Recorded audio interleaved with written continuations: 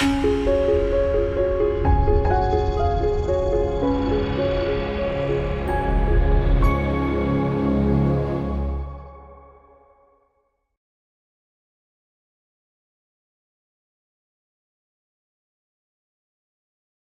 welcome to Borderlegs.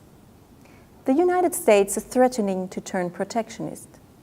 The pressure is now on the European Union to step in and uphold the World Trade Organization and the multilateral trading rules it underpins.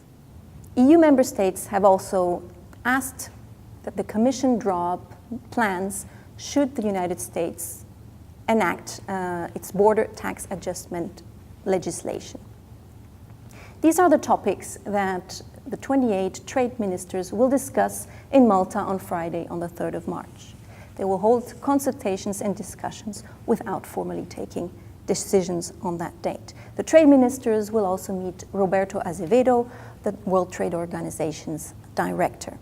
Potential solutions under discussion include launching a World Trade Organization dispute settlement case or initiating trade defense instrument measures. In Valletta, trade ministers will also discuss the EU's new trade defense instrument legislation.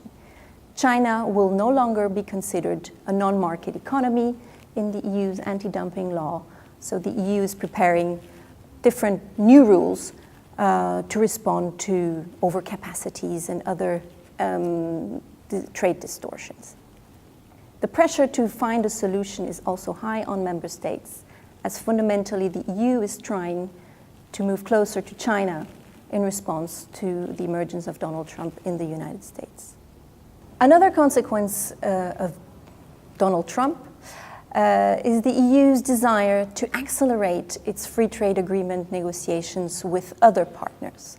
It is doing this so with Latin America and is also seeking to intensify its trade ties with South and Southeast Asia.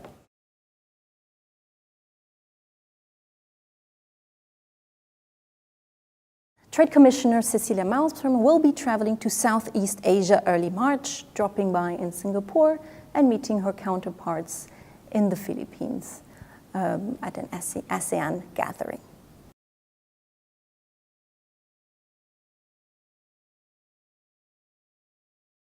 There are two important items to watch in March on the EU's trade front.